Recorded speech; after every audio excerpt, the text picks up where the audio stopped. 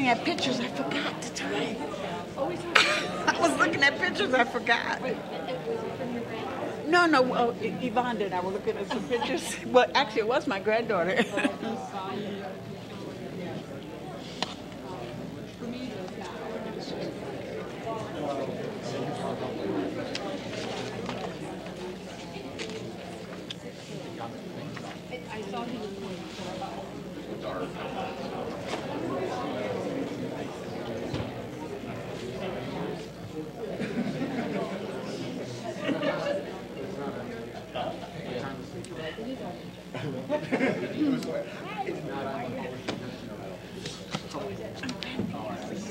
Good to see you too.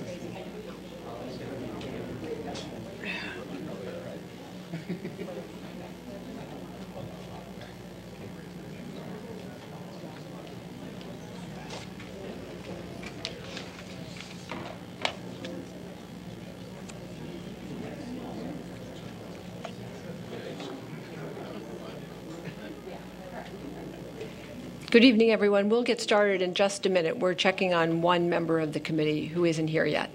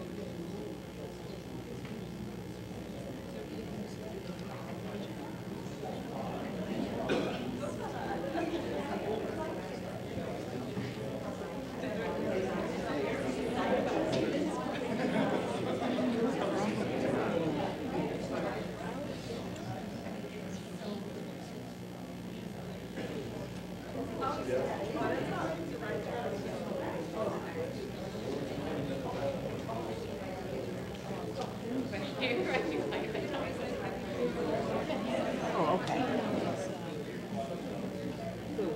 Mark. I thought she was. Yeah.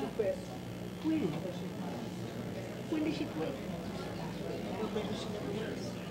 I'm going to look this up now. I'm looking. On Human Services. Oh, there's, okay, there's Mark then, okay. No, 7. Yeah, Oh, okay. And not Peter and not Colleen. Okay. Hey, sir.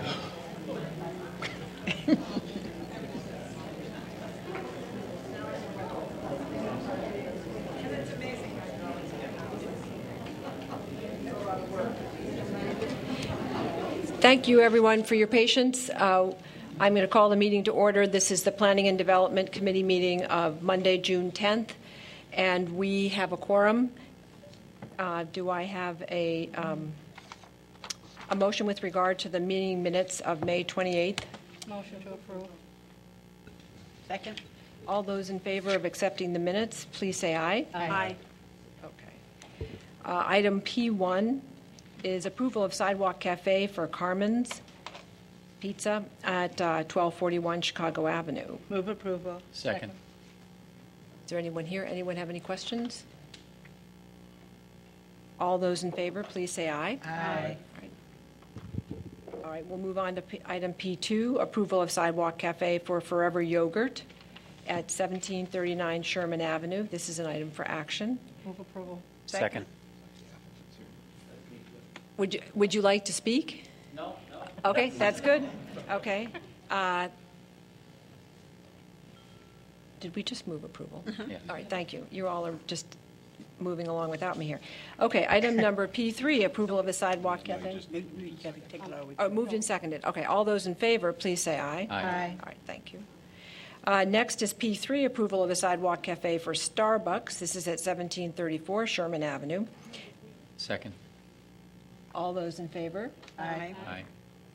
Thank you. Item number P4, this is approval of a one-year extension of approved plan development for 1915-1919 Gray Avenue. The staff is recommending approval of a one-year extension of the adopted plan development for the construction of 4-unit building by Brinshaw Development at this address. Move approval. Second. Any discussion? All those in favor? Aye. Thank you. Item P5 is a request, approval of a request for a 2-year time extension for the plan development approved for 318 to 320 Dempster Street. Second. All right. Move approval. All those in favor? Aye. Thank you. At this clip, we're going to be done in about 2 minutes. Item P6, this is a ordinance 59013, granting a special use for a Type 2 restaurant at 749 Chicago Avenue. Staff recommends adoption of this ordinance, granting a special use permit for a Type 2 restaurant at 749 Chicago Avenue called Dollop Coffee Company and Who's Your Mama Pie Company. Move approval. All those in favor? Aye. All right, let's go have pie. All right, next, P7, ordinance 60013, granting a special use for a bed and breakfast establishment at 1622 Forest Avenue. This is, I just want to make sure this has been amended. Yeah, you have a copy of the amendment. I don't, thank you, Dolores. You can use mine. And Madam Chair, members of the committee, the amendment is... Can you turn it on? Madam Chair, members of the committee, the amendment indicates that this is coming with no staff recommendation. Correct. Staff recommends consideration of ordinance 60013, granting a special use permit for the operation of a bed and breakfast establishment at 1622 Forest Avenue. The Zoning Board of Appeals recommends denial of this request. The Evanston Preservation Commission recommends approval of the special use. Now, did I hear that we have Move approval. second discussion? Well, we should actually hear from folks. Yes, speakers. I think we're going to hear from the staff first. Mr. Marino, just give an overview of the application, please. Thank you. Dennis Marino, Manager of Planning and Zoning. The application, as Chairman Nguyen described, is an application for a special use for a bed and breakfast at 1622 Forest Avenue. The Preservation Commission has recommended approval of the special use. The Zoning Board of Appeals has recommended denial. Site plan and appearance review recommended approval. Staff findings were that the application does meet the standards for a special use. The hearings were extensive at the Zoning Board of Appeals. Many people testified, and there was fairly broad-based and detailed discussion by the Zoning Board as well. So this is under consideration for introduction tonight by the committee and introduction at City Council. The attorney, Mr. Scott, for the applicant, would like to address the committee when you're ready. All right. Alderman Fisk?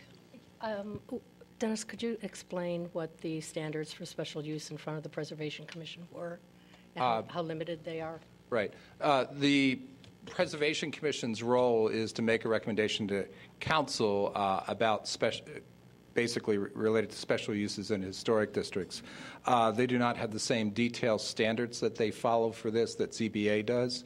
Those standards are in your packet. The principal role of the Preservation Commission is to consider whether or not to grant a certificate of appropriateness for improvements to landmarks. In this case, it's the landmark itself, the large house, as well as the coach house, which is to be demolished and a new coach house built. The Preservation Commission granted a certificate of appropriateness for both projects, if you will, the two related projects. The Zoning Board of Appeals has several standards that it looks at. If you look at page 325 of your packet, you'll see those standards there, as well as the vote of the committee, the Zoning Board of Appeals, on each of those items. The Preservation Commission recommendation was a broader-based recommendation related to the special use being consistent with preservation goals and objectives related to the preservation of this landmark and the appropriateness in the district. So basically, in front of preservation, it's setbacks and landscaping and... Right, and also the preservation of a historic structure certainly was a consideration by the Preservation Commission. Thank you. You're welcome. Yes, is Mr. Scott here? Yes.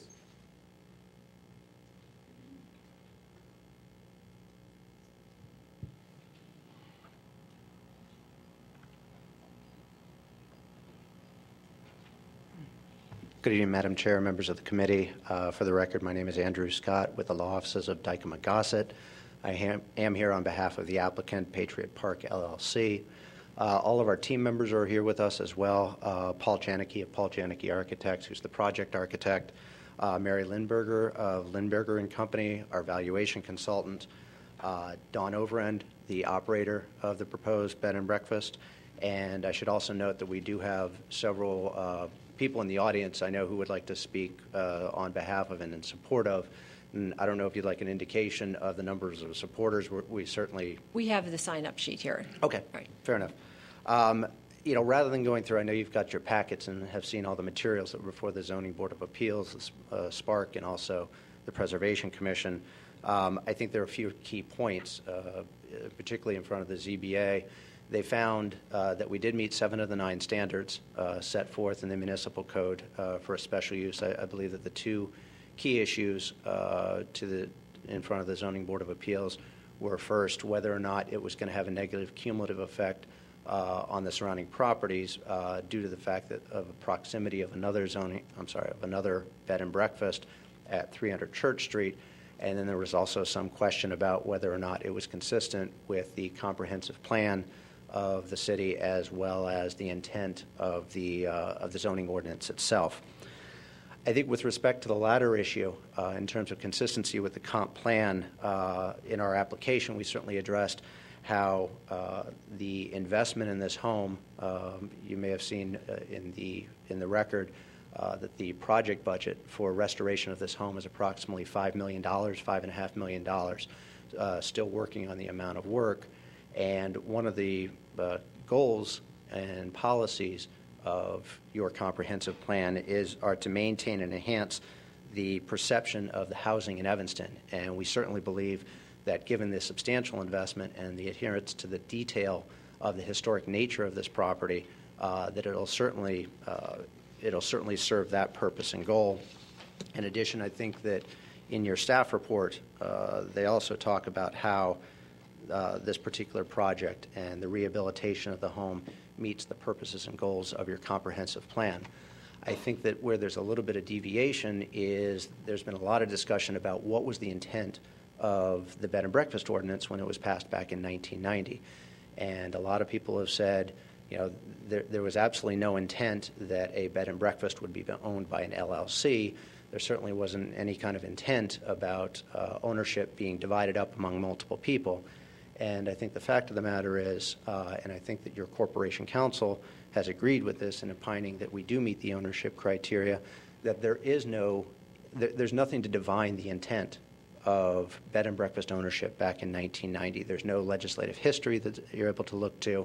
It's only what people sort of imagine in their mind what might have happened 22, 23 years ago when you passed this particular ordinance. So I think that's maybe some of the concern that was before the ZBA, but in fact, there wasn't any evidence presented to the contrary in terms of the intent of ownership of bed and breakfast establishments.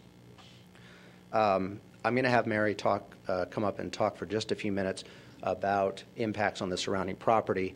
She did do an extensive study and made some comparable studies of impacts of comparable uses and found that there isn't a deleterious impact. But rather than hearing from me, I thought I would let you hear from the expert that we have that did an intensive study of the property and the project. I should also note, there was a concern last time around about congestion and how this is going to affect the streets. We, in fact, are a self-contained project in terms of parking. There's going to be 5 proposed guest rooms plus the owner and also folks living in the coach house. But the fact of the matter is the coach house will have 6 off-street parking spaces available for guests and also owners when the B&B is not full. And in addition, there are plenty of surface parking spaces to the rear of the property. So there isn't going to be any kind of impacts of congestion, of traffic, of taking up street parking, as was a concern before. I think it's also important to note, and as I mentioned before, the investment here is substantial. And in my conversations with our architect, one of the key things that you get to in a house like this is these homes, as they age over 100 years old, are extremely difficult to maintain. And this is a tremendous opportunity to invite and entice a substantial investment in a home to preserve and to restore it to its historical nature. I think people on a day-to-day basis, they can maintain their homes, but you really get to a tipping point with historical structures like this where you need to do substantial work to the foundation, to underpin it, to make sure that it can handle the loads of modern-day living, of uses, and the variations that are undertaken in a property. And so again, the city has already undertaken an effort to designate this as a historic district in and of itself, recognizing the architecture and all of the historical uses. And again, this is a wonderful opportunity for the city itself to further that goal. I have a question from Alderman Wilson. I understand all the aspects as far as the restoration, preserving the property. I am a bit curious. Do you have a sense of what the rooms are going to cost? I mean, we're talking about, what is it, $7.5, $8 million that are going? The projected room rates, I mean, obviously it's going to depend on demand, seasonal, but $150 to $300 per night.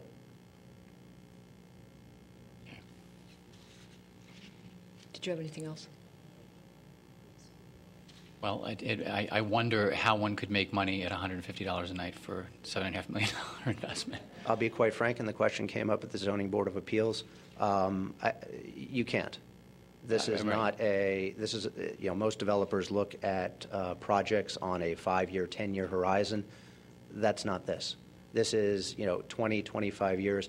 This is more of a legacy matter. I mean, first of all, Colonel Pritzker has a sincere interest in historic preservation, and I believe that he looks at this as something that he will pass down to his children and his grandchildren. So it's not an immediate money-making opportunity. This is simply it's relatively consistent, I think, with what was envisioned with B&Bs originally, which is you've got a large home, the kids have moved out of the house, and you need some cash flow, you need some additional income to help you maintain your home. This is sort of like that. And the bed and breakfast, it's not meant to turn a profit necessarily, but it's a means to provide a cash flow to pay in part the substantial maintenance, the rehabilitation, but really it's the ongoing maintenance, it's the real estate taxes. And again, this is very comparable to what Colonel Pritzker is doing with he's got another property, the Emil Bach House in the city of Chicago, and we recently got it approved for it's undergoing a substantial renovation, cost several $1 million, and so we're looking to use it as a vacation rental. Again, you're not going to pay for your $2 million in renovations $150 a clip or $200 a clip, but really what it is, it's an opportunity to defray costs, which I think is what was originally contemplated by people when they were converting their homes to a bed and breakfast. All right, thank you. You were going to introduce, is it Mary Lindberger? Yeah, Mary Lindberger. Mary, if you could come up and just, again, she's going to speak about some of her analysis of surrounding impacts on surrounding property values. Good evening. My name is Mary Lindberger. I'm a commercial real estate appraiser. I reside in Evanston. I've lived here since 1988. Can you give us your address? I live at 1017 Ridge Avenue. Most of my work involves value impact. I do appraise commercial properties, but most of my focus is the value impact of various developments, partial takings, those sorts of things. Like when IDOT widens a road, does the value of your property go down by how much if the road gets closer to your home, that sort of issue. So in this regard, this sort of activity is very, very comparable to what I typically do. I wrote a report, which I know you've all received. I just sort of wanted to touch very briefly on a couple of points because I know there's a lot of concern about value impact as a result of this bed and breakfast, and also cumulative value impact because this is the second bed and breakfast in a very small radius. First thing I'd say is it's hard to find bed and breakfast in the Chicago area. They're not a common type of lodging here, certainly as compared with the coast and particularly New England. But surprisingly enough, there are a fair number of them in the Chicago area. They're sort of a stealth property type. You don't really notice them. They look like single-family homes, and they effectively function like single-family homes. But I did identify one bed and breakfast in a neighborhood of Chicago that I thought was somewhat telling and relevant to this particular property we're talking about tonight. It's on Cedar Street. I don't know whether you're familiar with Cedar. It's a very elegant side street that extends west from Lakeshore Drive right down near Oak Street. It's probably one of the most affluent streets in the city. It's largely single family. There are a few multifamily buildings right along the lakefront and some a little further west. I identified a bed and breakfast there at 68 East Cedar. It's very typical of the housing in that area. It's over 100 years old. It looks like everything else. It looks like a luxury single family home.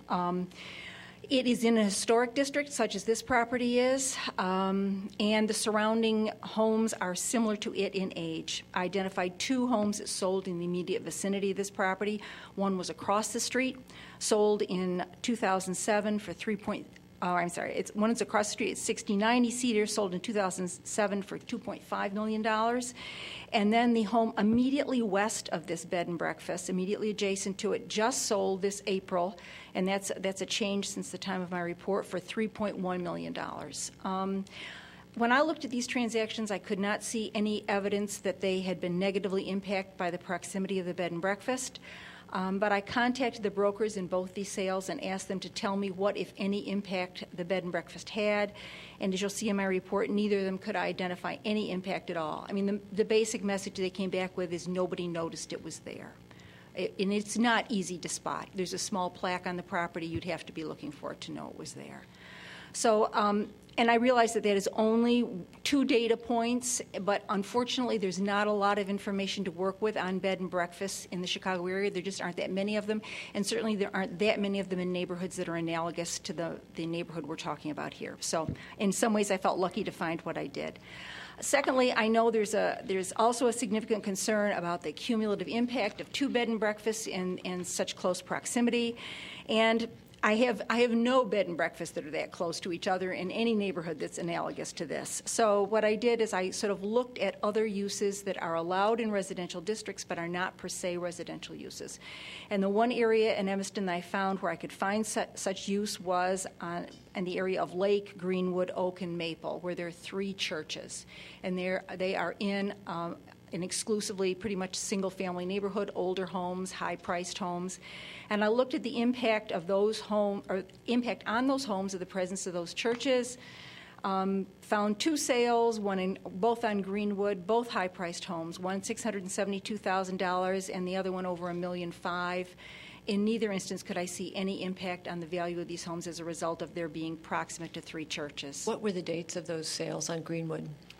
One sale on Greenwood was 1005 Greenwood, sold in October of 2012 for $672,000.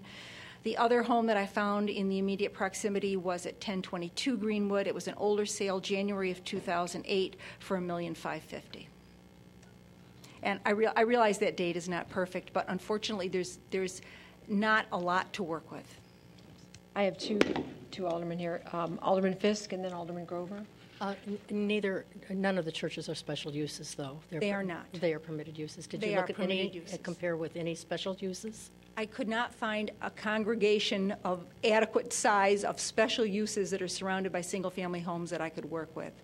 There's probably a reason for that. Well, I mean, I guess my issue with choosing the churches is that they do a couple of things. They generate a lot of vehicular traffic, and they generate pedestrian traffic, and they are not per se homes. So, I mean, on the issue of traffic and appearance and use, there you could say possibly that's not something that a single-family home would like to be next to, but seemingly it doesn't have any impact.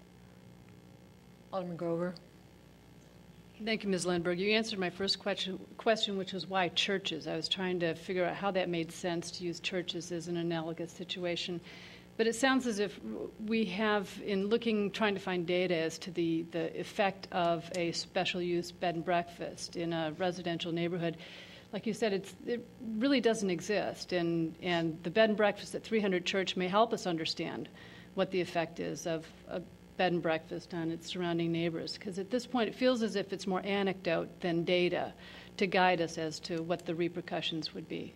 Well, I mean, I think you're right, to have something that you could call statistically significant in terms of data. We can't work with just one comparable, but unfortunately, we're sort of reduced to anecdotal data simply because we don't have a sufficient database of bed and breakfasts in this market area to talk about. Mm-hmm.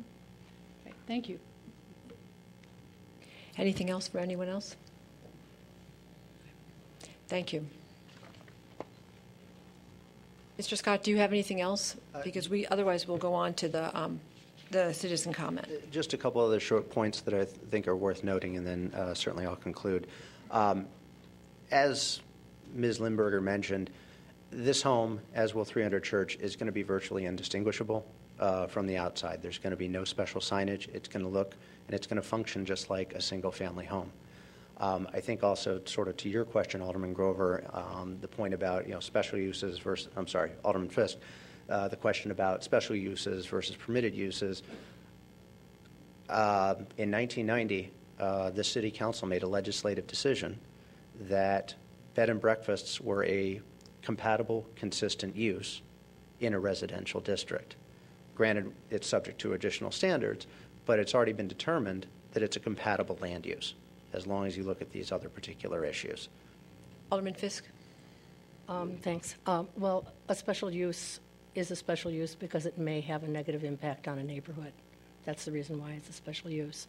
My memory is that when you were speaking on the purchase of 300 Church Street or the application for 300 Church Street at ZBA, there was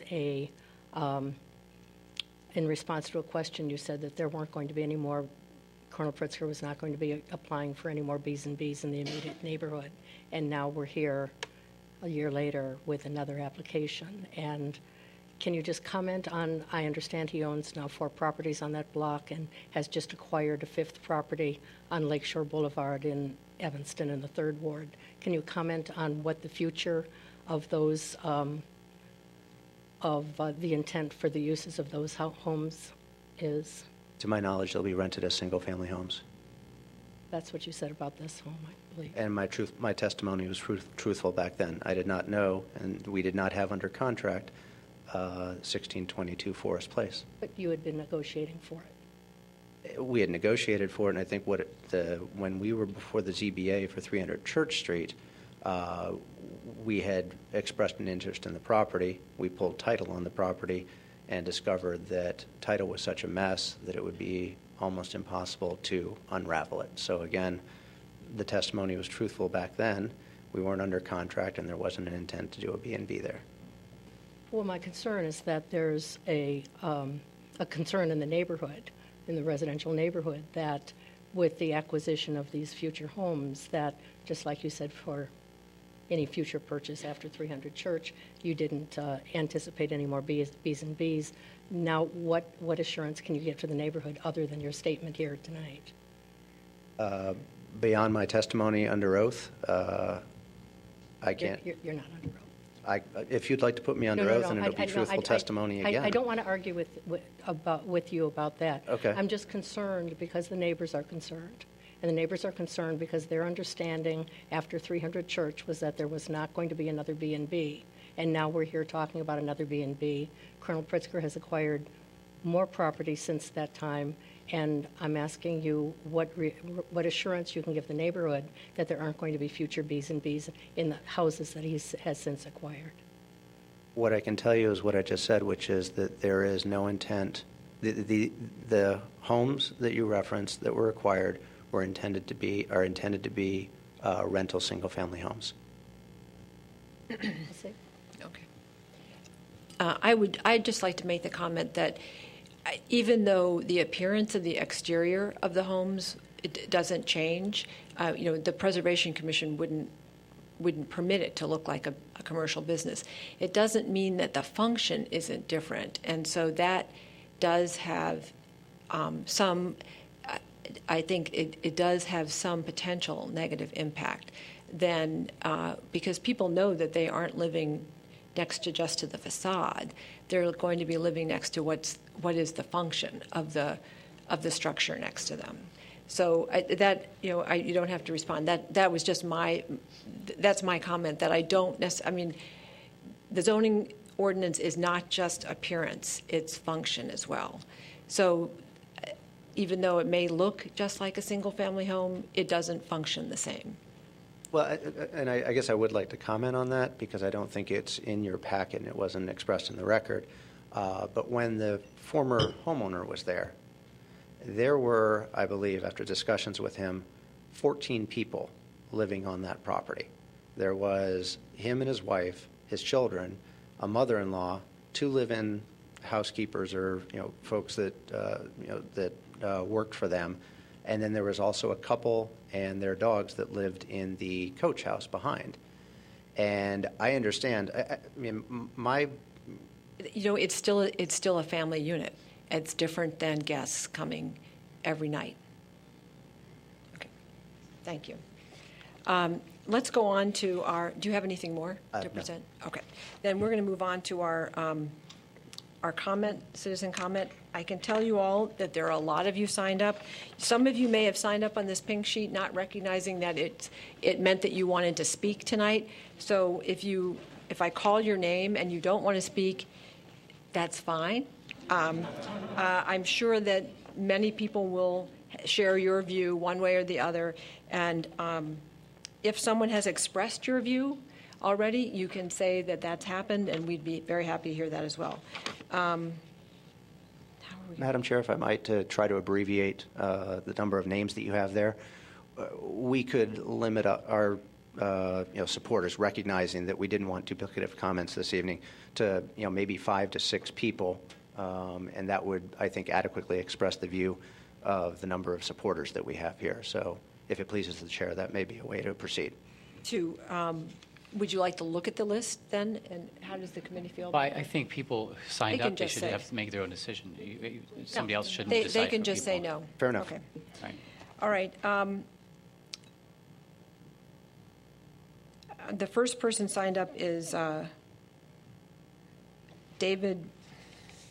So your last name begins with a B. Bidic. B-I-E or B-I-D-I-C. Yeah, from Shavitz something. Not here? Okay. And then Don Overin. Don Overin. I'm going to wait until a different time and let some names. All right, thank you.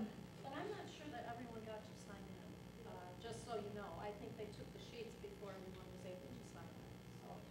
All right, if anyone is here who has not had an opportunity to sign, who would like to speak, Bobby, could you just take it and we'll put it in the back? All right, thank you. Okay, yeah, we thought we had it out there long enough. Okay, next is Carney Manassian. All right, thank you. Cecil Martin. Okay. Armin Manassian. Okay. Can't quite tell. Hopkins, 1720 Washington Street. Is it Marie? Okay. Bethany Collins, 1629. I apologize if I'm misreading your name. Hi. My name is Bethany Collins, and I live at 1629 Judson Avenue. I'm a cardiac operations nurse manager at Northwestern Memorial Hospital. My husband, Glenn, is an attorney and as well as a colonel in the United States Air Force Reserve. Hopefully I can alleviate some of your fears. We have known Colonel Pritzker for over 15 years, and we own our home in partnership with him on 1629 Judson Avenue. We have 2 small boys, and we send them to the public Evanston school system. And we do live directly behind 1622 Forest, and we have no objection of that home being used as a special, or with the request of a special use permit. We do believe that this will help restore Evanston and help provide, add value to the surrounding properties that will hopefully increase the economic benefit to the community of Evanston. They have been exemplary neighbors. Can you speak more into the mic? Yes, they have been exemplary neighbors, and we really appreciate their friendship. I can't say enough great things about the two of them. Thank you. Next is Marty Marsden. Ann Kustner-Haber. Casey DeLong. Jan Halpern.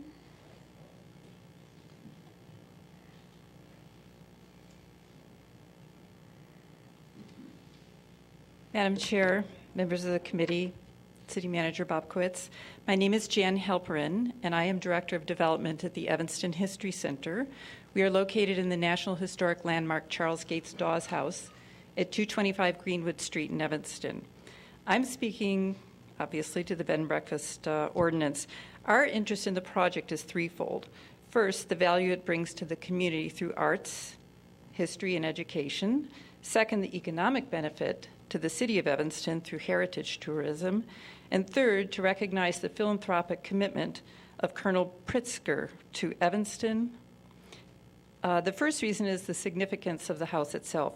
According to the Evanston Index, which we have in our library from August 18, 1883, the residence of Mr. C.H. Remy at 1622 Forest Place is among the many beautiful homes being built in Evanston.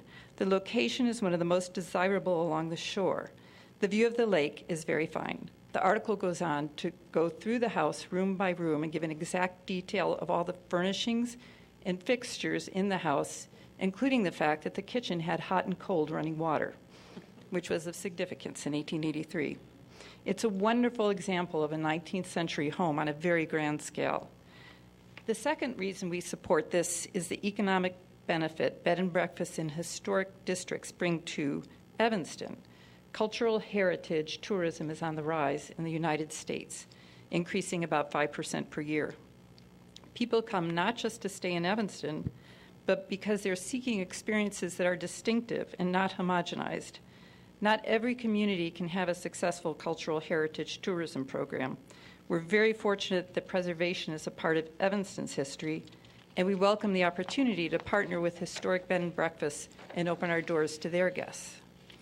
Finally, we commend the owner, Colonel Pritzker, who has demonstrated support of the community in many areas, including the arts, preservation, activities for children, and educating the public on the lives of famous Evanstonians. The Colonel challenges the community to be generous as well through matching grants. We are grateful, too, for the support Colonel Pritzker personally and through his foundation has shown the Evanston History Center in his many years of membership in the Evanston History Center. Thank you. Thank you. Next, I have Norton O'Meara. Marianne O'Meara. Ryan Kettlecamp.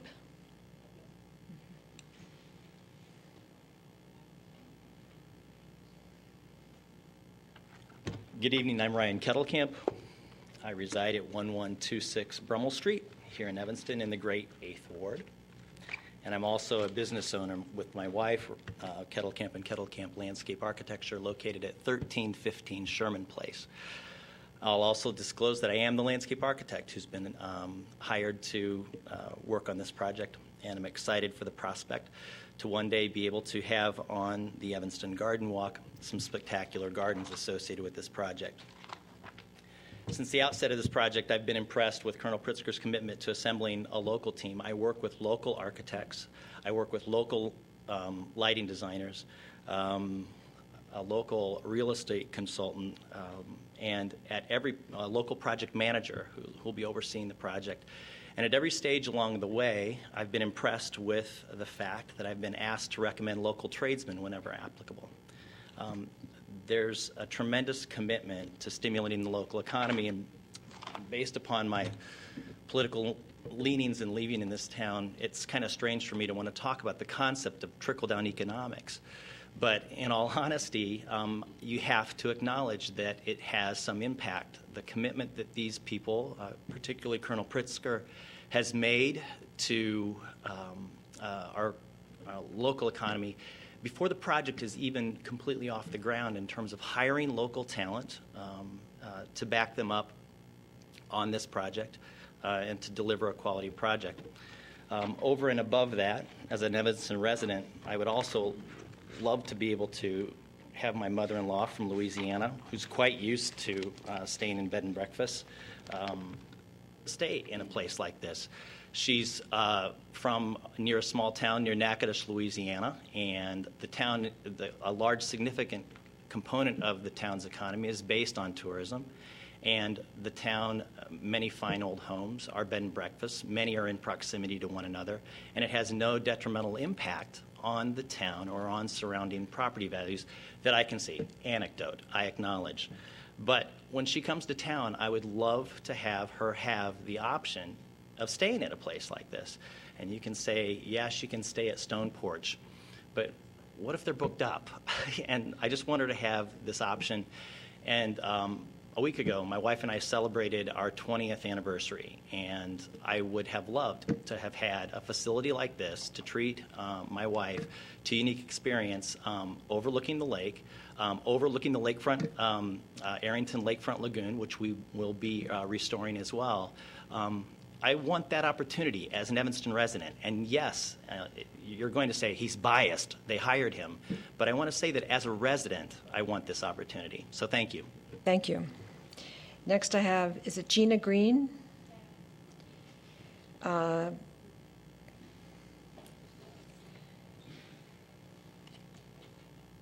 Is it Thomas Gunny Harbu?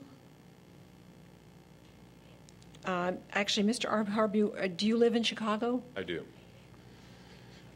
I think we generally hear from Evanstonians first, and then we hear from folks from beyond. Okay. Okay, sorry. Ryan Whitmer. Okay. Is it Tess? Okay, thank you, Tess. Perry Schwartz. Okay. Whoever lives at 1447 West Jarvis, we are on West Jarvis, you have to wait. Demetrius Belavue, 1800 Ridge. All right. Lee Cabot. Jenna Wayner. Okay. There's a lot more of you. Roxanne Fox. All right. Is it Marianne? Whoever lives at 3119 Hartzell? Okay. George Halleck? Mary Partha? Okay. Peter Boyle Del Vecchio?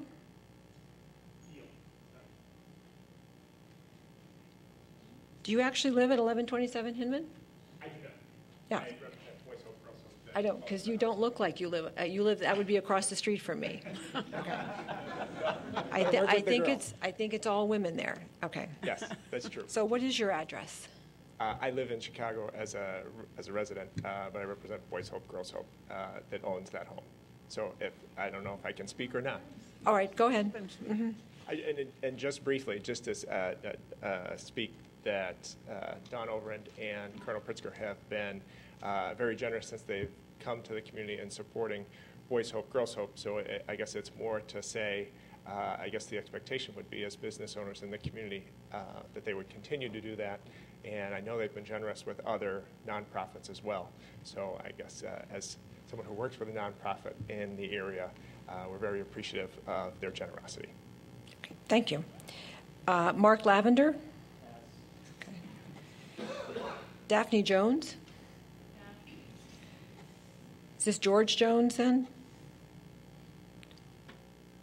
George Jones? Okay. Sherry Winger? Nora Diedrich? Karen Ribbon? Madam Chair? Yes. My light on. Oh, I'm sorry, Alderman Rainey. Alderman Rainey? Madam Chair, would it be possible for you to ask, has anybody who signed up like to speak, and could they raise their hand? Well, you know, Ann, we're Almost Alderman Rainey, finished? we're almost finished. Okay, we're moving quickly. Helen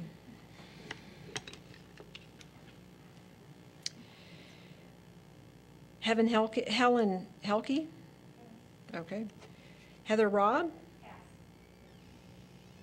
Guy Sellers? Jeff Brow?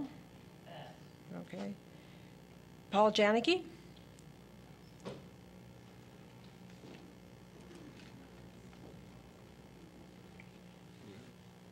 Good evening. My name is Paul Janicki. I'm the architect with Paul Janicki Architects, who will be working on this project and has been working on this project. And I'm also a neighbor. I live about 2 blocks away from this bed and breakfast. And I just want to quickly say that while I was touring East Coast overpriced college campuses with my 2 sons, we stayed in a lot of bed and breakfasts. And everywhere we went, there were beautiful historic districts with beautifully maintained houses and there were bed and breakfasts. And there were bed and breakfasts almost next to each other, several on the same block. Dartmouth, Cornell, Princeton, you name these beautiful, beautiful American cities that are as beautiful as Evanston. We are as beautiful, and there's no reason why I think that Evanston shouldn't have the same opportunities as these other beautiful communities to have places where people can stay in historic structures in historic neighborhoods. Thanks. Thank you. Now we have Kinga Legg.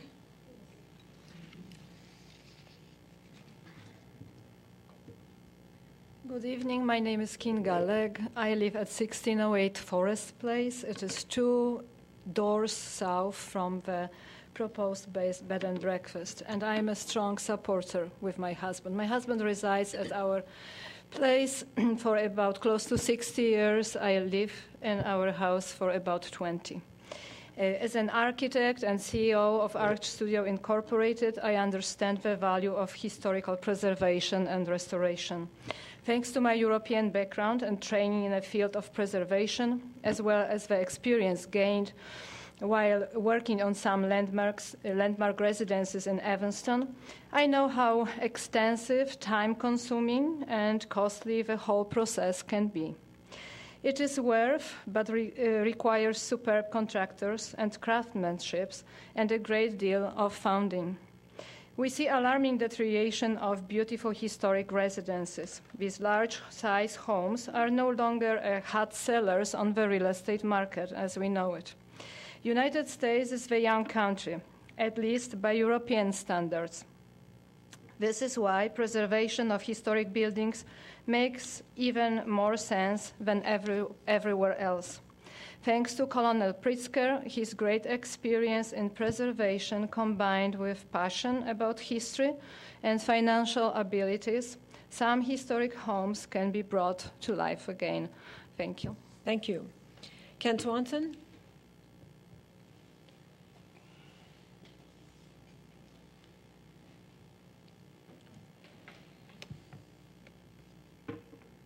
Good evening. My name is Ken Swanson, and I live at 1630 Judson Avenue.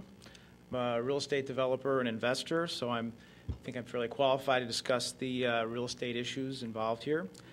I'm also roughly equidistant from the 2 bed and breakfasts, the existing one and the proposed facility. And I've been a strong proponent from the beginning of these historic renovations for a number of reasons. The economic development benefits, historic preservation benefits, the maintenance of home values, and what I believe is a low impact on neighbors, i.e. my perspective of the impact on me. But I'd like to use my remarks to rebut a couple of the arguments against the B&Bs. First, some are concerned about disturbing the quiet enjoyment of your home in an R1 district. From my perspective, there is no possible way I could notice a change in the traffic and activity level in the specific neighborhood that we're talking about. It's the lakefront park system is very active. You're right, the downtown is immediately to the west of you, so you have huge traffic flows down Church and Davis. You have significant activity from the university moving, so it is a very active neighborhood. This will have no impact on the relative activity level in our neighborhood. Secondly, people have expressed concerns about the home values in the vicinity of B&Bs. I would agree with some of the evidence from other communities that doesn't seem to have an impact, but I would like to report that in the immediate vicinity of my house and these B&Bs, we've had 2 homes sell in less than 30 days for prices that were very substantial and even above their asking prices. One sold in 2 weeks. So there seems to be, the one B&B is approved and the other one is under discussion, and people are not having any trouble making a commitment and moving quickly to expensive real estate. Third, this is an investment, it's an unsubsidized economic development. Colonel Pritzker's actions make other investors pay attention. As we've heard from a number of people, Evanston contractors, restaurateurs, suppliers, and eventually employees as well are going to be directly benefiting from these investments in these B&Bs. And real estate taxes, hotel taxes will also be paid. Lastly, I've heard that some are concerned about, not about Colonel Pritzker's ownership, but what happens after Colonel Pritzker's ownership. And frankly, my perspective on that is you make that decision when the time comes. And you have a hearing like this, and if you like the person that's going to take it over, fine, and if you don't, then you reject it at that time. So thank you. Thank you. Mary Lindberger, you've already spoken. Okay. Randy Etner? No? Chris Ernst?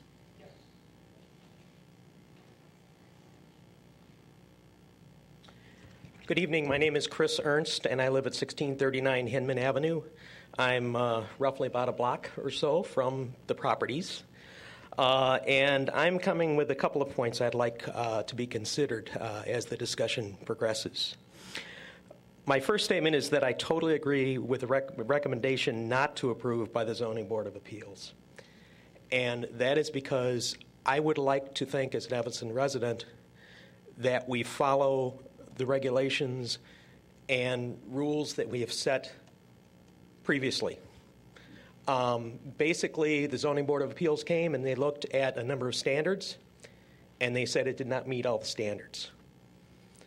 To then go back to the City Council, who approved the previous bed and breakfast, after a denial by the Zoning Board of Appeals, it seems to me we're setting up to do the exact same thing over again. And that concerns me. The second thing is that the intent of the zoning ordinance, yes, I was not there when the zoning ordinance was first written, but reading it, it certainly implies that what people envisioned by a bed and breakfast was Ma and Pa own a big house, they've got kids, the kids move out, they need to somehow keep the property, and so what they do is they open up as a bed and breakfast. To me, that sounds reasonable. This is a commercial venture. Plain and simple, it is. I don't see how anyone could deny that because of the fact that it's an LLC. Both of these bed and breakfasts are essentially owned by the same person, the same entity. As far as property values, I'm not concerned about my property value. I'm far enough away, and I don't think my property value would be negatively affected. I am wondering what the property value of the house between the 2 bed and breakfasts, what the effect of that is. When you've got a bed and breakfast on one side and a bed and breakfast on the other side, and you decide to go sell your house, does that diminish the number of people who would qualify or even want to move in? I just can't see it. I mean, if I were looking for a large home, would I want to move next door to what is essentially a mini hotel on one side and a mini hotel on the other side? I'm not sure I would. Anecdotal? Sure, but no one else can find any evidence either. So I think there's a real concern there. The last thing that I would like you to consider, and was brought out by another commenter a few moments ago, was the implying that this would pay hotel taxes. I've been looking through the city code, and I can't really find, and I'm hoping that someone can clarify for me, but it appears from the code that a bed and breakfast because it's less than 10 units and not technically a hotel, does not have to pay room taxes or hotel taxes. To me, that is not really a good thing for the economy of Evanston. I think call it a hotel. It's a hotel. They both are. And that's all I'd like to say. Thank you. Jean Lindwall.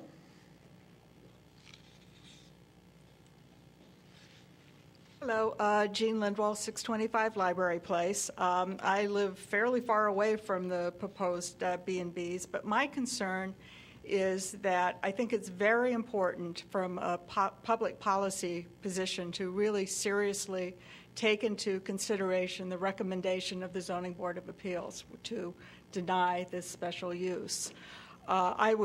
When I first looked at the packet on Friday, and then even the clarification of the agenda item this morning, I was really troubled by having a situation where not only did the ZBA deny the special use, but you're sitting there with a staff recommendation saying that it should be adopted, and you've got an ordinance that was not something that the ZBA recommended, and that's sitting before you. So I have a real problem with, in this case, the kindest thing I could say is staff overreached and overstepped.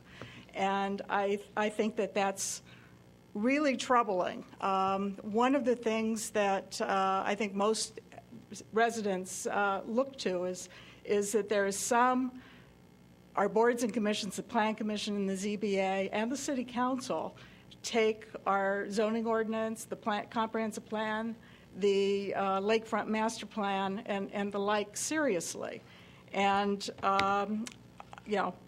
I hope that you really will consider the recommendation of the Zoning Board of Appeals. I think it's very important, and that's all I have to say. Thank you.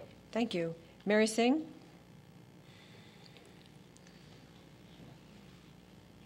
Good evening. I'm Mary Singh. I live at 1711 Hinman in Evanston. Unlike Chris Ernst, I was there when the zoning ordinance was written, because I'm a lot older than Chris.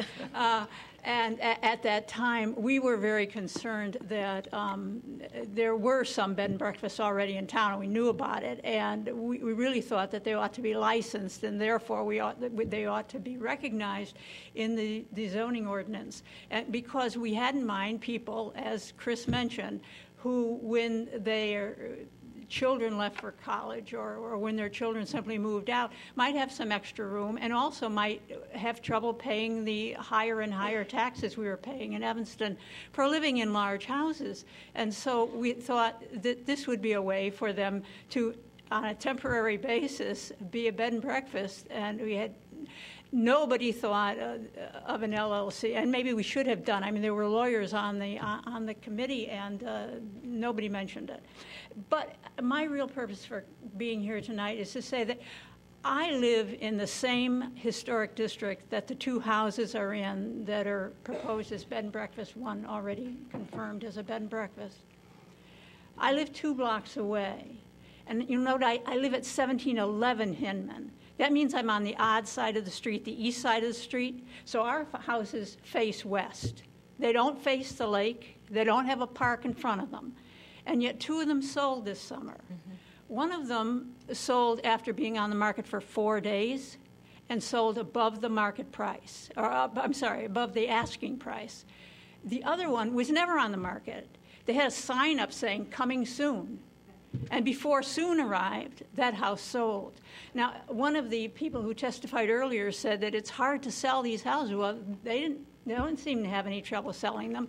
And I think these houses would have sold too. Not the second one, the one we're talking about now, was kind of tied up in legal matters. But once that was taken care of, I'm sure that could have been sold. I hope that my house will sell too. I mean, if it sells in 4 days, that'll be just great if I never clean out the basement. Anyhow, I just think we need to protect this historic district, And we need to protect the R1 and R2 houses that are in the historic district.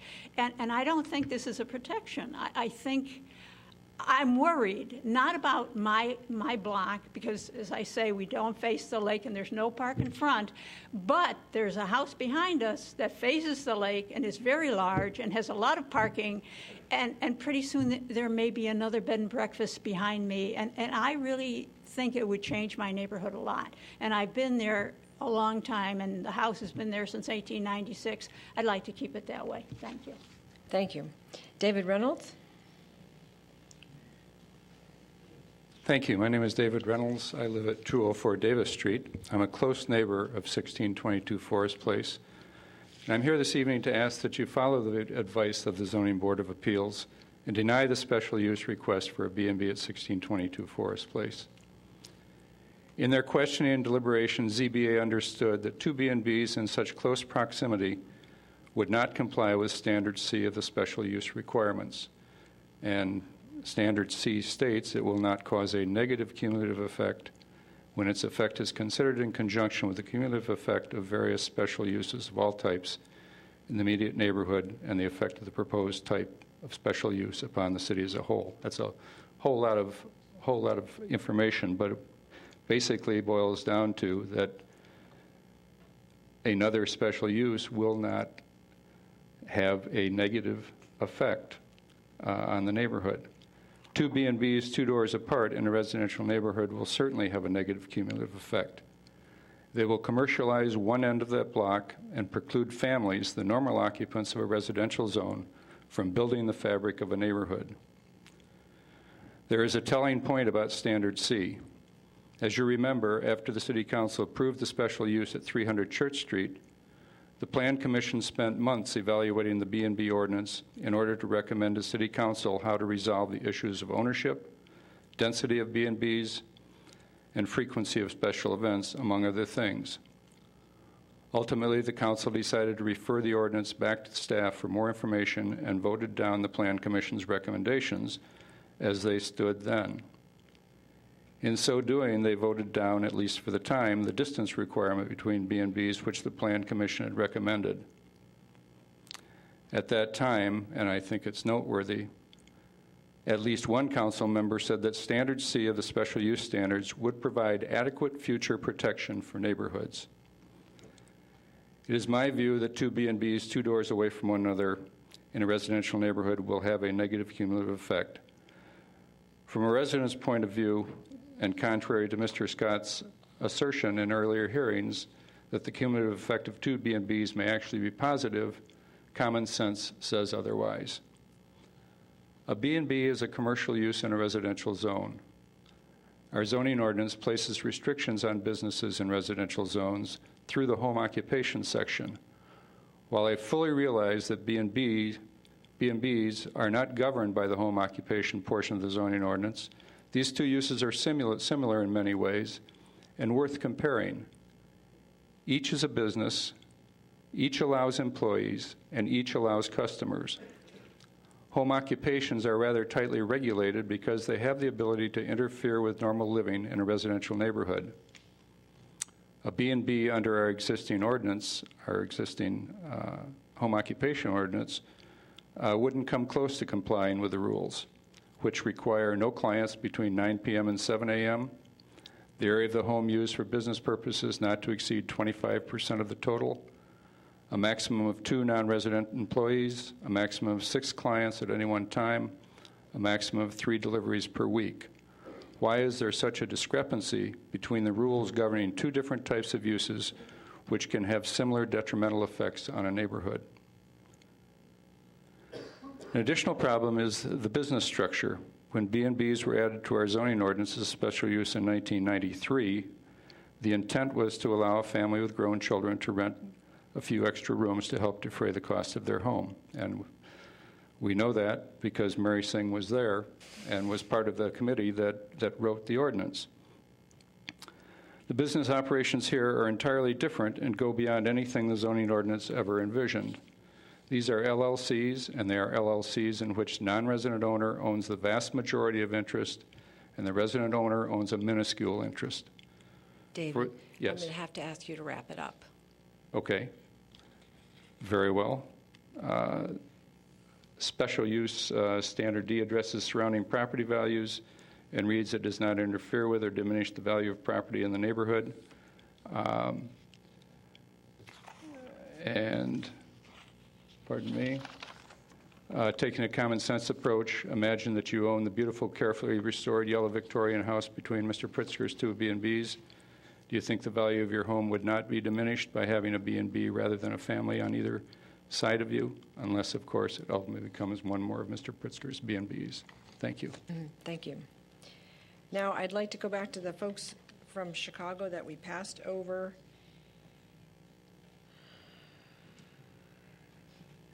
Let's see. I think that was me. Yes, it was you. Go ahead. I'm.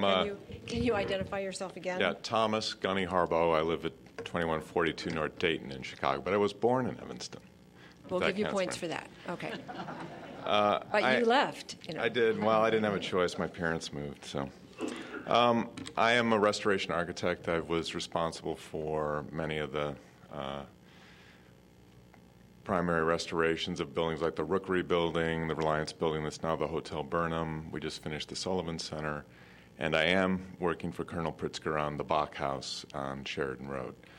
I'm here to speak on behalf of his commitment to the idea of preservation. The question was asked, why would someone invest that kind of money in a bed and breakfast that's never going to pay him back? And the answer is because he sees the value of the heritage value of a property like that and giving something back to the community. We have the similar situation with the Bach House, and people scratch their heads. And the reality is that he believes in the idea of creating something for someone beyond himself, to look at the community around him. It was also mentioned about the collateral improvements or the benefits that people get from working on these projects. And I think that any community, Evanston, Chicago, or wherever, would be greatly enhanced and would be very lucky to have someone like Colonel Pritzker that's willing to make that kind of a commitment to the community in which he is finding himself with his investments. So thank you. Thank you. Then I believe there was someone else on Jarvis. Did you pass? Okay, thank you. That completes our citizen comments on this. Mr. Scott? Madam Chair, if I might, I just want to clear for the record that there were a number of people who are signed up to speak and did pass. I would like we if they could that. stand to be recognized and just acknowledge they took time out of their evening. See how many it was. Okay. So That's fine. as supporters of the project, could you please stand and just, again, just so they're aware of the number of folks that have taken time out of their evenings tonight. Thank you. Thank you.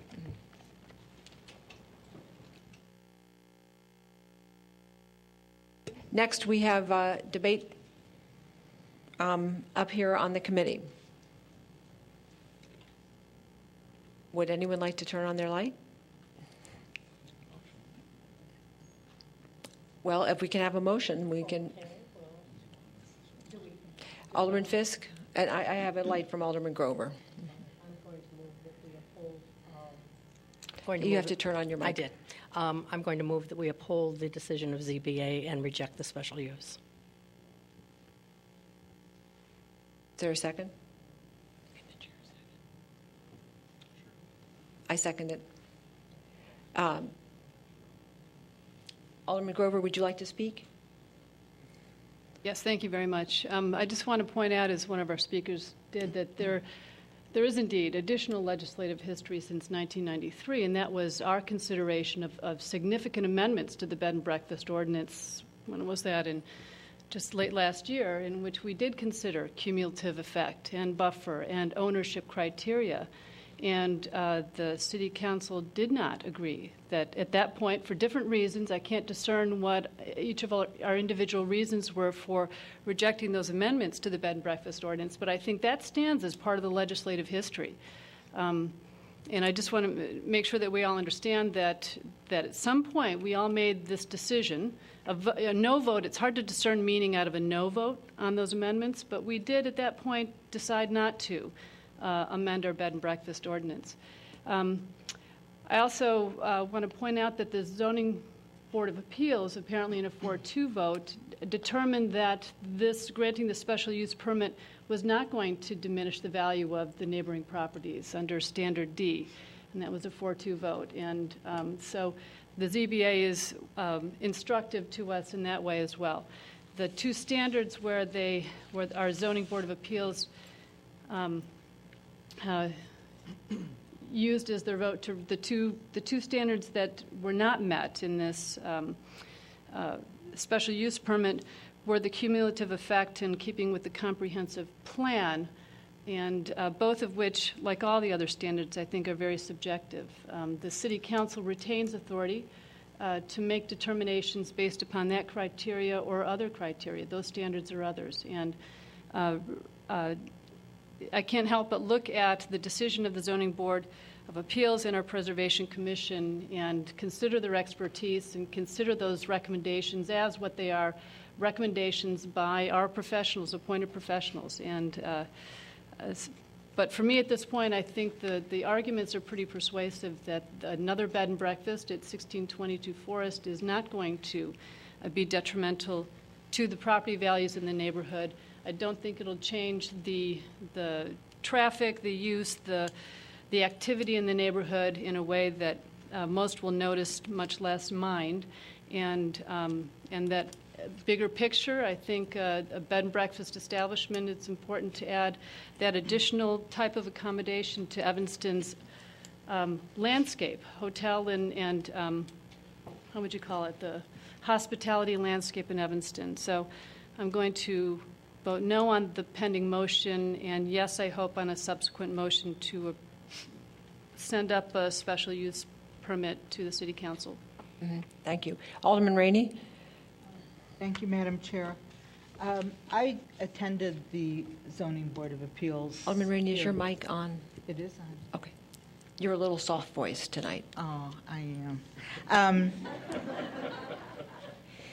The hearing was very interesting, and this is simply a personal opinion, but I believe had there been present at that hearing and testifying neighbors or supporters of the second bed and breakfast, that the commission vote would have been different. And it went to the issue of cumulative effect, the closeness, the proximity of one to the other.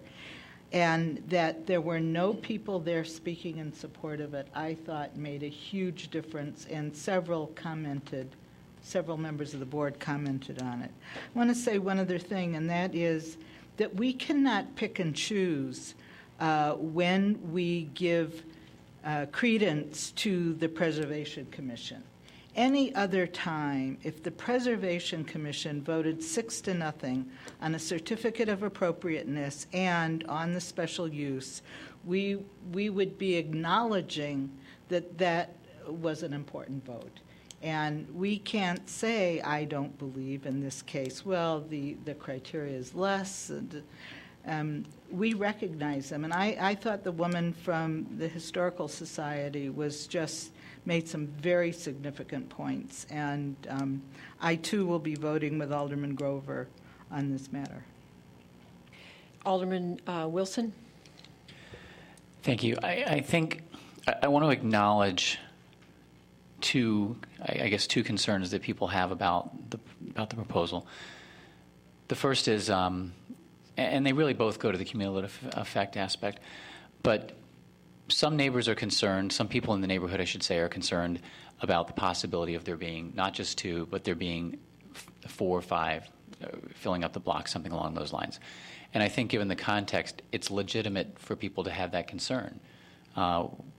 My impression when we approved the first one was that there was going to be 1. And that's not the case. So now there are 2, and I understand how people would be concerned that there might be more somewhere down the road. The other aspect is with regard to, I'll call it other businesses. It's apparent that for all of the good and great aspects of this restoration, preservation, it is a business, and it's a business that's going to be competing with other businesses who, in order to continue with their existence, have to make a profit. So a couple of bed and breakfasts probably aren't going to put them out of business, but if we had a block of 4, 5, 6, or 7 in a row, that would not only change the character of the neighborhood, but it would also probably adversely impact the businesses and the people who are in the business to make a profit. And it's clear that this isn't for that purpose, but I understand that those businesses have reservations about how it's going to impact them, and that's a fair concern. That said, I don't think we're at that point, but I think we're precariously close to that point. So, Alderman Fisk. Thank you. There are a number of problems that I have with this application. I too sat through both of the meetings, and one of my concerns was that when pressed by the Zoning Board of Appeals, that the resident owner, when asked why are you continuing to acquire more property, referred to land banking. And land banking in an R1 single-family neighborhood is a fairly serious concern for the neighbors, and I think it justifies their level of caution in approaching a project like this. This neighborhood is barely 2 blocks wide. The beach and park across the way is barely a half a block wide. It's a fairly, it's close to downtown. We saw in our discussions on a lakefront proposal that maybe a corridor between downtown to the lake was something that the city should consider in the future. I don't agree with that, but I see that this is possibly the plan that may be in place. I don't know any other way to explain what that phrase land banking means. In my ward, we have a very large institution that land banks. We're used to that. We've set up protections over the years with zoning, and they've been effective so far. This is, again, a situation where we have a very, very wealthy property owner. No one is questioning the work that he does in terms of preservation of the properties he acquires. No one is questioning the fact that he may use Evanston business owners, but I'm sure if that house or any other house in the neighborhood had workers at their house, they would also be Evanston business owners. So I don't think that that's a fair accolade to give to him as opposed to the other neighbors. I do agree with the ZBA that it will cause a negative cumulative effect. I think 2 commercial uses in a block that is, I think, 1, 2, 3, 4, 5 houses long is a significant tipping point for that block. I value the taxes that the people who live in the neighborhood pay. I value the taxes that Colonel Pritzker pays. Putting $5.5 million into a house that you've bought for over $2 million is going to result in a house that is unreachable should Colonel Pritzker decide in the future to sell it to a single family. It's creating an artificial environment that's not supportive of a single family residential district. And I think, as I said, I think we've reached that tipping point on this block. We did ask the council for a distance requirement between Bs and Bs before. At that time, there was just one, and we didn't know that there was going to be another. Now there's another. And as I said previously, he owns 4 houses on this block, a 5th house just a few blocks away, all of them right on the lakefront. We're going to be looking at another purchase sometime in the near future, and I'm absolutely concerned for the folks that live in that neighborhood. And I want to show them our support for them and the efforts that they've made to maintain their houses and pay their property taxes. And so I'll be voting, as I said, with the motion to maintain and support the ZBA decision. Thank you. Alderman Holmes? Well, I'll be voting to move it on to council. Since none of us are in the fortune-telling business, I don't know how we can know what's going to happen with the other homes that are bought, and I know sometimes things change, and there are other properties there that could be bought up by someone else, and they could want a bread and breakfast and still have to come before for a special use. So that's always that protection there, and I think that that's one of the things that we have to think about, so that they just can't open up bread and breakfasts just to do it. It would have to be a special use. So I think that we'll have to rely on that, and I know that there's concern about whether we support the zoning board's recommendation or not, but it's just sometimes you just have different views. And I think that that's one of the things that we have to become accustomed to, and that some of us have different thoughts at different times. I did not sit through the sessions, but I did watch them on TV to make sure that I educated myself in terms of where they were.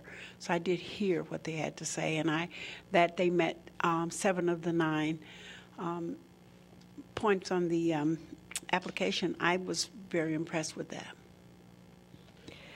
Alderman Rainey?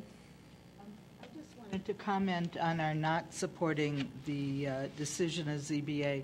ZBA is a recommending body on this matter, and we have the authority to overrule them. It is not an outrageous stance to take to not agree with the ZBA. The ZBA is a recommending body here, and I appreciate all their work, and they did a very thorough job discussing this, but we do not have to agree with them. So it is not a fault of the council to not support ZBA. Thank you. Seeing no more lights, as chair, I will take a moment for my comments. I do support the decision of the ZBA. I believe that special uses, that was the first activity I was ever involved with in front of this council as a private citizen. You have to meet all 9. You just can't pick and choose and say you met 4 or you meet 7, and you don't. That's good. I think that's excellent, but it's not far enough. I do agree with the CBA on this one.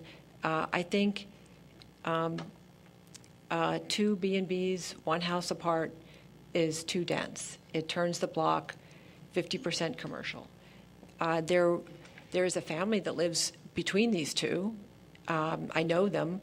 And, I think it takes away the opportunity for them to have what most of us who buy a house in a neighborhood hope for, another family living next door. So I can't support it. I do appreciate Colonel Pritzker and his superb commitment to preservation. Many of us in Evanston share that commitment. And his commitment to Evanston merchants. Many of us share that commitment as well. But I don't support this B&B. I believe it is another commercial operation. It isn't, as I think Mary Singh has said, the original intent was of the B&B. I recognize that the council debated this about having a distance requirement. I wish that had prevailed. I do think that we have to be cautious about the next one that comes, because at some point this block could potentially be 50%, the entire block. And I do want to make a comment about, and folks have provided excellent information tonight about this. There was a member of the ZBA who commented that these large houses are so difficult for people to maintain these days. They're being snapped up right now. We don't need, not every house in Evanston meets everybody's price point, but these large houses are being snapped up by single families, and they're being beautifully restored. We have someone who took a house that was in terrible disrepair on Sheridan Road and has poured a small fortune into it, has created a beach, and it's a single family with a small child, and they will be living there for years. So I think this idea that these big houses are are too difficult to maintain is absolutely untrue. We see now over and over again, go on the Mother's Day house walk. They're gorgeous.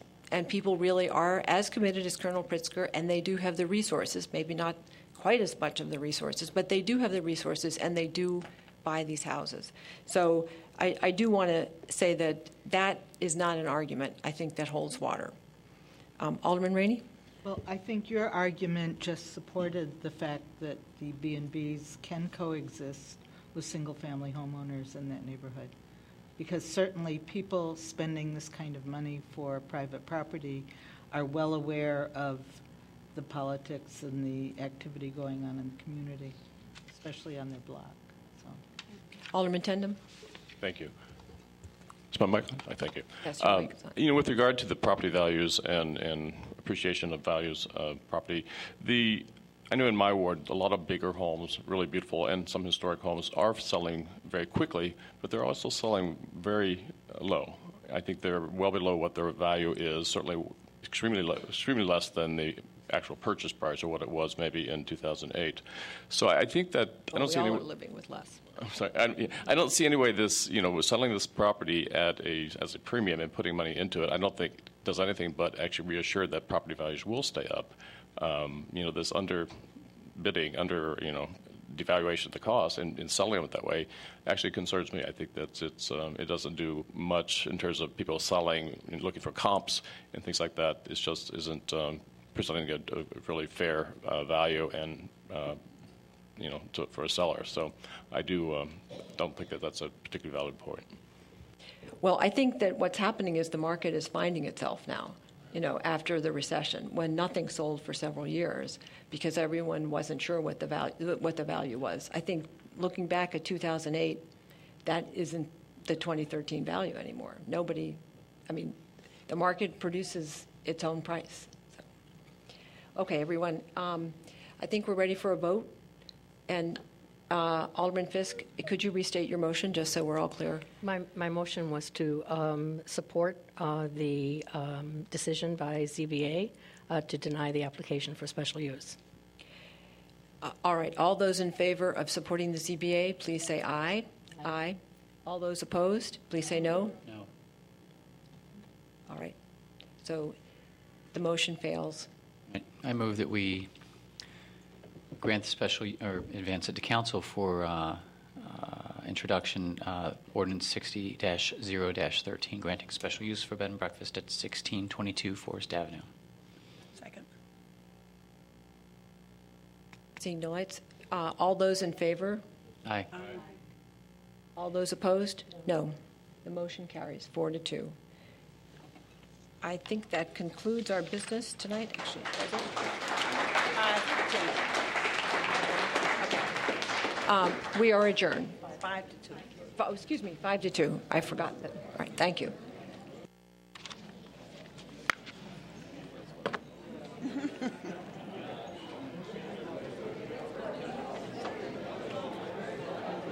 Council will start immediately, I'm assuming.